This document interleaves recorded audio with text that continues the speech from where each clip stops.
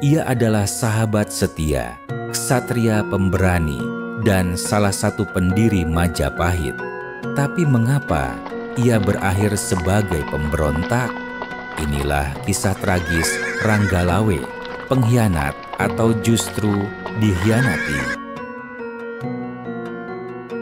Ranggalawe adalah putra Arya Wiraraja, seorang tokoh penting dari Madura yang membantu pelarian Raden Wijaya pasca keruntuhan Singhasari. Sejak awal, Ranggalawe dikenal sebagai ksatria muda yang gagah berani dan cerdas. Ia dianggap sebagai bagian dari lingkaran dalam para pendiri Majapahit. Saat Raden Wijaya bersembunyi dan menyusun kekuatan, Arya Wiraraja dan Ranggalawe memberikan perlindungan serta pasukan dari Madura.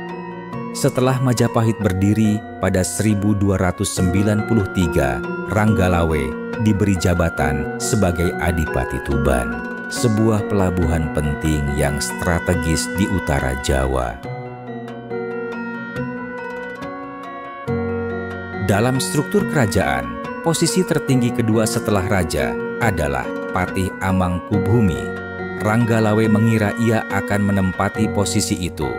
Namun, Raden Wijaya justru menunjuk Nambi, putra Mahapati Loga, sebagai patih utama. Hal ini mengejutkan Ranggalawe dan membuatnya kecewa. Ranggalawe merasa dirinya yang telah berkorban dan berjuang sejak awal justru disingkirkan. Dalam versi legenda, disebutkan bahwa ia pulang ke Tuban tanpa pamit dan mulai mempersiapkan pemberontakan.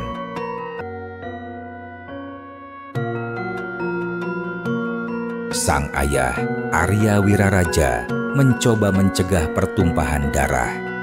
Ia mengirim surat yang berisi nasihat bijak agar Ranggalawe tidak memberontak dan menerima keputusan raja. Tapi Ranggalawe menolak. Dalam hatinya ada luka dan harga diri yang tercabik.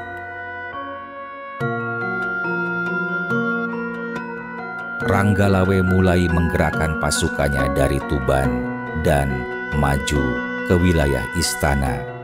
Tujuannya jelas, menuntut keadilan atau menjatuhkan Nambi dan kekuasaan pusat yang ia anggap tidak adil.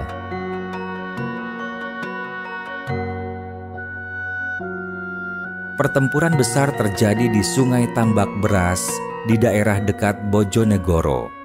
Dalam kisah para raton dan tradisi lisan, Ranggalawe bertarung dengan gagah, namun akhirnya tumbang di tangan Mahapati Loga dan Nambi. Dalam duel tragis, Ranggalawe gugur dengan hormat. Meski dianggap pemberontak, banyak orang tetap mengenangnya sebagai ksatria sejati. Setelah kematiannya, wilayah Tuban tetap menjadi bagian penting Majapahit. Namun, kisah Ranggalawe menjadi legenda peringatan.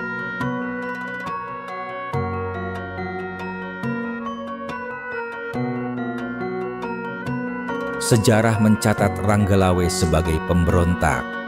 Tapi apakah ia benar-benar salah? Banyak sejarawan modern menilai Ranggalawe mungkin adalah korban politik kekuasaan dan kecemburuan elit istana terhadap pengaruh Madura.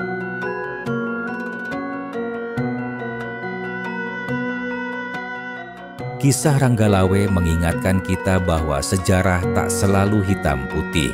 Ia adalah simbol perpecahan yang bisa muncul bahkan di antara sahabat seperjuangan. Monumen Ranggalawe di Tuban dan kisahnya yang melegenda menjadi pengingat akan pentingnya keadilan dan kesetiaan dalam kekuasaan.